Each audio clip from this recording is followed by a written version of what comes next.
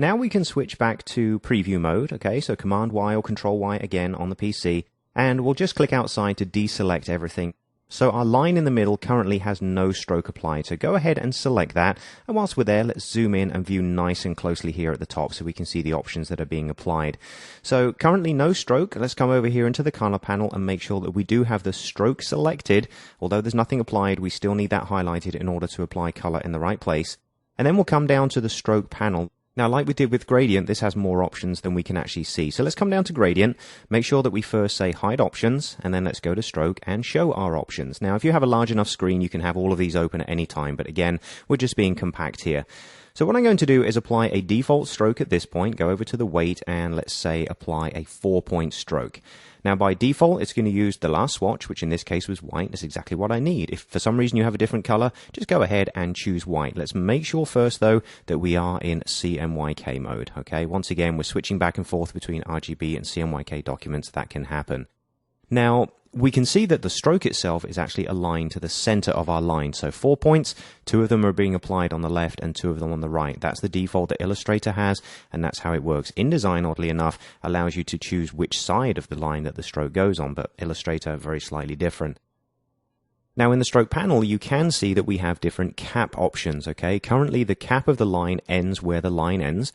We can also choose rounded, which goes over the edge and nicely rounds off. And this is really nice if you're doing sort of wavy lines with thick strokes.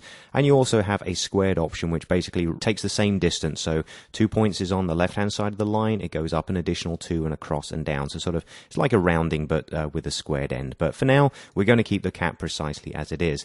Now, whilst we're here, let's switch it back down to what we are going to use, which is going to be just simply half a point. Okay, I just wanted to use a thick stroke there so you could see what was going on.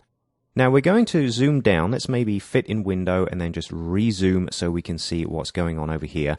Basically what we want are 2 more lines. We want another one in the middle here and another one in the dead center of all 6 columns, because if we do these 2, what we can do is reflect them across the other side and save ourselves a little bit of work. So I'm going to hold down the Option key or the Alt key on the PC and drag a copy of this so it comes over and aligns dead on the top right of the next column. Okay.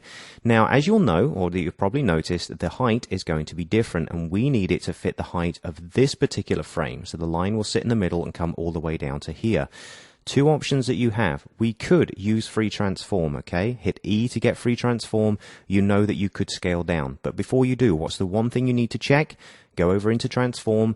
Do make sure that on the flyout option here, scale stroke and effects is not turned on. If it is, and we use free transform there, we're going to scale the stroke from half a point to 0.65 or something like that. Not that it's much difference, but consistency when you're doing artwork like this is key. So do make sure, if you ever pull up free transform when you're doing a line like this that has a stroke on it, make sure that that's not selected, okay? So now that we know it's not, we could quite easily just grab our central anchor point there and drag down, and it snaps into place. You can double check over here in the stroke panel, it's still set to 0.5. Now the other way to do it, if I just undo that, is instead to go to the direct selection tool. Remember, if you edit the path itself, you're not scaling anything, so the stroke width will not adjust. So with that in mind, we could deselect, come over here and just click on the bottom anchor point and simply drag that down to a line in exactly the same way. We get the same result. The stroke width doesn't change and we end up with a longer line. Okay, so whichever one of those you wish to use, that's totally up to you.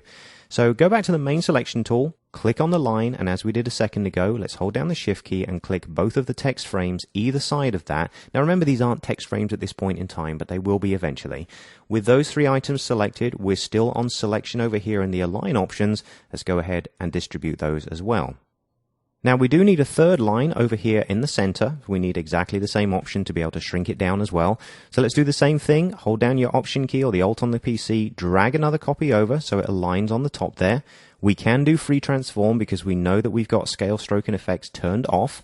And this time let's drag our center point and drop it right up here so it hits our intersection there. Go back to your main selection tool.